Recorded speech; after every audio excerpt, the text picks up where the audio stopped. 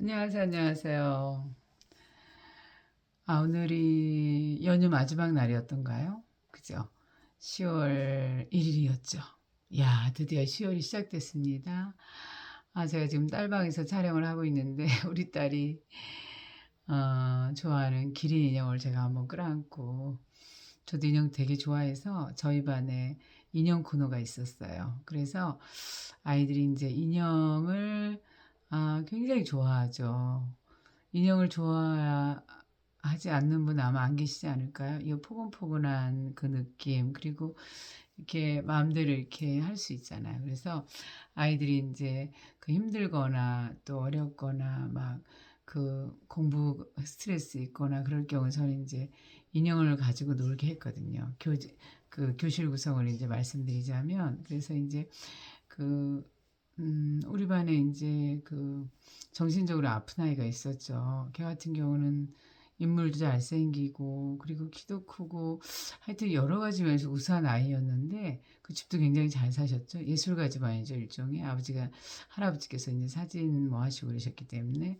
근데 그 아이 같은 경우 굉장히 그, 뭐라 그래야 되나요? 뭘 하려고 그러면 울었거든요. 언제나 울어요, 그 녀석은. 그래서 굉장히 가슴이 아프고, 너무너무 힘들었어요. 못이 되지가 않았어요. 그리고 뭐 뭐든지 자기가 1등을 해야 된다고 생각을 해요. 이 녀석 같은 경우 처음 배우는 자전거마저도 자전거를 못한다고 자기는. 자전거를 못하는 사람이라면서 계속 우는데요.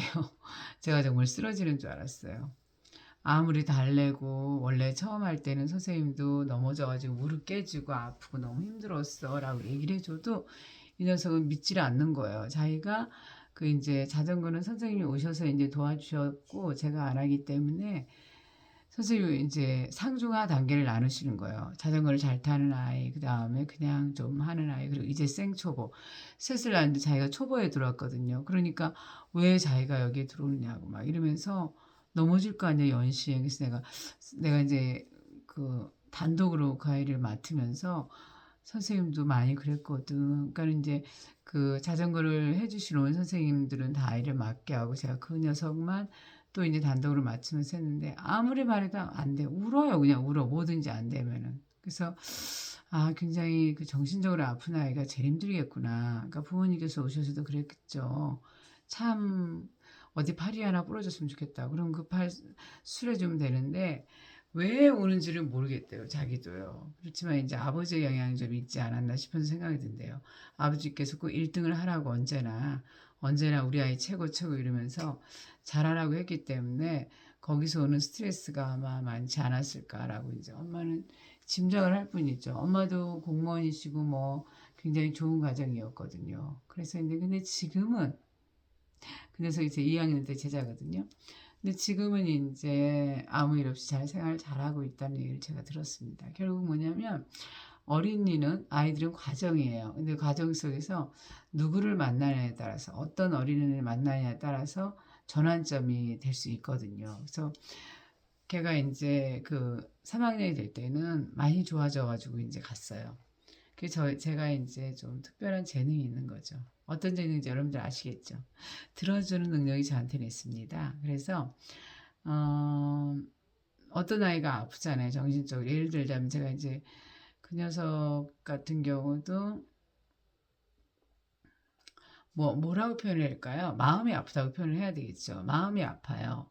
그럼 이제 일단은 그냥 허용을 했어요. 뭐 눈물이 나면 울어야지 뭐 어떻게 하겠어요. 울게 했고 그러고 난 다음에 이제 조간조간 얘기를 해줬어요. 근데 이게 됩니까? 아유 정말 힘들더라고요. 그 해는요. 그 해에는 저 정말 힘들었어요. 또 그 아이만 있는 게 아니었죠.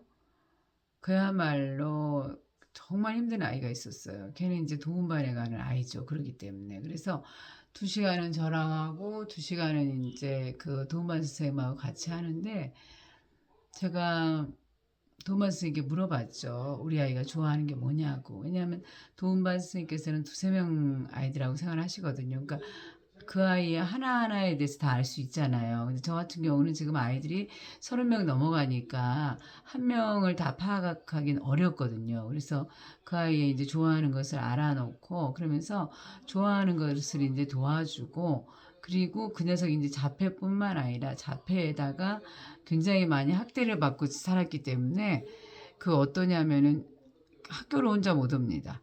할머니가 데리고 와요. 할머니가 데리고 오는데 오는 동안에 교실에 안 들어오려고 여기저기 셉니다. 그 녀석 같은 경우는. 그렇기 때문에 할머니가 이제 손 붙잡고 근데 오다가 또 창문을 뛰어넘으려고 그러고 우리 교실에 와서도 이제 창문을 뛰어내리려고 그러기를 하질 않나 뭐 다양하죠. 그 녀석 같은 경우는. 그리고 막 머리를 찍어대고 이제 막 이러기 때문에 그런 아이들 같은 경우는 한 명의 교사를 이제 그 보조교사를 그 실무사라고 그러죠. 이렇게 붙여줘요. 상담 교사 해가지고. 그럼 이제 그 선생님은 그 상담 교사 자격증만 있을 뿐이지 아이를 잘 이해를 못 하셔요. 그래갖고 제재만 하는 거예요. 제재만. 위험한 거 뭐 하지 말라, 어째라 이렇게 제재만 해서 제가 그 선생님께 결국 밖에 나가 계시라고 그랬어요. 밖에서 보다가 혹시나 위험한 일 하면은 그때만 들어와 주시고 나머지는 내가 수업을 다 데리고 하겠다 이렇게 얘기를 했어요. 그러면서 이제 그 녀석하고 우리하고 어우러지게 한 작업으로 내가 애들한테 얘기를 했죠. 우리 순이는 이러이러한 도움이 필요하니까 너희들이 도와주길 바래. 그렇지만 순이가 똑같은 2학년인데 과잉보호를 해서는 안 된다. 그렇게 이제 얘기를 했어요. 그러면서 이제 우리 반 친구들이 그 도와주는 도우미를 만드는데 서로 하겠다고 하는 거죠. 여러분이 서로 하겠다고 얘기하는지 아시죠? 왜냐하면 이제 제가 칭찬을 많이 할 거 아니에요. 정말 잘 돕는다. 근데 정말 천성적으로 잘 돕는 아이가 있어요. 그러니까 말을 받아주는 거라든가 자기 중심으로 안 하고 그 아이 중심으로 하는 거죠. 그러니까 저는 그 순이한테 선택권을 줬어요. 누구랑 같이 있고 싶니? 그러면 순이는 이제 꼭 선택하는 아이가 있었는데 그 아이가 이제 외국에서 우리나라에 들어온 러시아 아이였어요. 근데 굉장히 발랄하고 정말 시도 잘 쓰고 인형 같았어요. 그 녀석이. 그래서 저도 너무 예쁘고 그랬거든요. 같이 있는 자체가 힐링이었어요. 그리고 걔 같은 경우 이제 발레 춤을 배우고 이랬거든요. 그러니까 몸매도 굉장히 아주 키는 작은데 너무 예쁜 거예요. 그래서 이제 우리 순이가 그 녀석을 선택해서 이제 하고 또 이제 번갈아 가면서 하자 그랬더니 또 딸아이를 선택해가지고 결국은 우리 순이 같은 경우도 3학년, 4학년, 5학년, 6학년 가면서 정상이 되어 갔다는 얘기를 제가 들었거든요. 그리고 순이가 이제 자폐잖아요. 자기 속에서 나오지 않았잖아요. 그럴 경우 제가 이제 순이가 뭘 좋아하는가 살핀 거죠.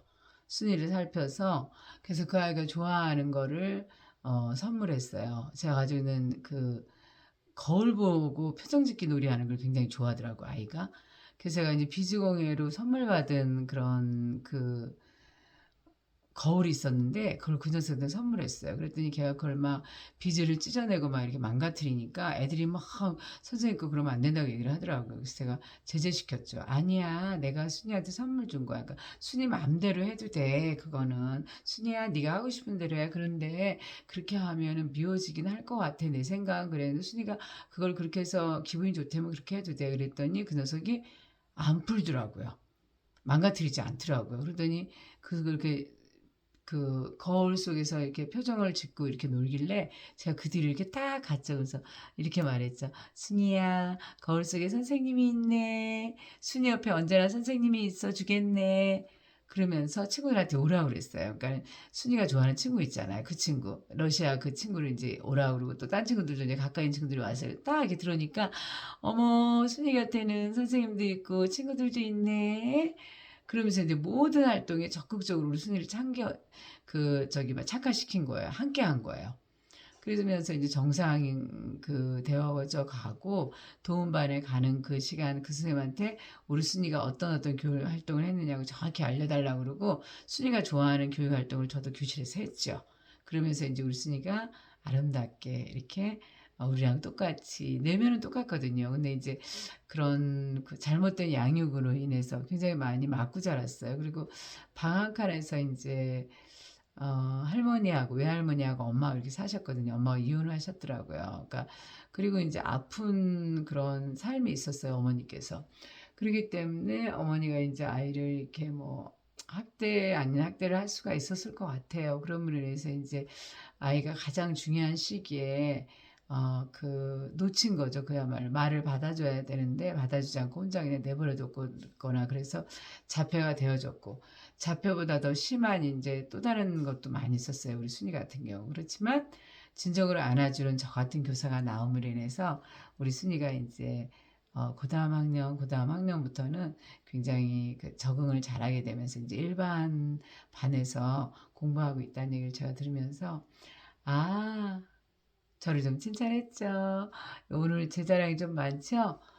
오늘 이제 교육 이야기였어요. 정말 진정으로 들어주는 한 사람만 있다면은 어떤 아이든 어떤 병이든 이겨낼 수 있다는 거예요. 대신에 그 옆에 있는 사람은 교육학적으로 지식이 있어야 되겠죠. 그러니까 말을 받아주는 법이라든가 그 다음에 들어주는 법 그리고 이럴 때는 이런 말로 해서 아이를 칭찬해줘서 그 아이의 그 내면의 이야기를 많이 많이 들어주어서 아, 세상이 편안하고 안전하다라는 걸 아이에게 알려줘야 돼요.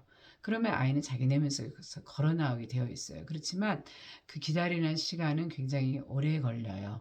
그런다고 교사가 화를 내거나 이렇게 또는 양육자가 그 아이를 못하게 제재를 이러시면 안 되세요. 중요한 건 뭐냐면 제재는 마지막 위험하거나 그럴 때 안전이라거나 또는 다른 아이에게 방해를 주거나 이럴 때 외에는 그 아이에게는 100% 자유를 허용을 해야 됩니다.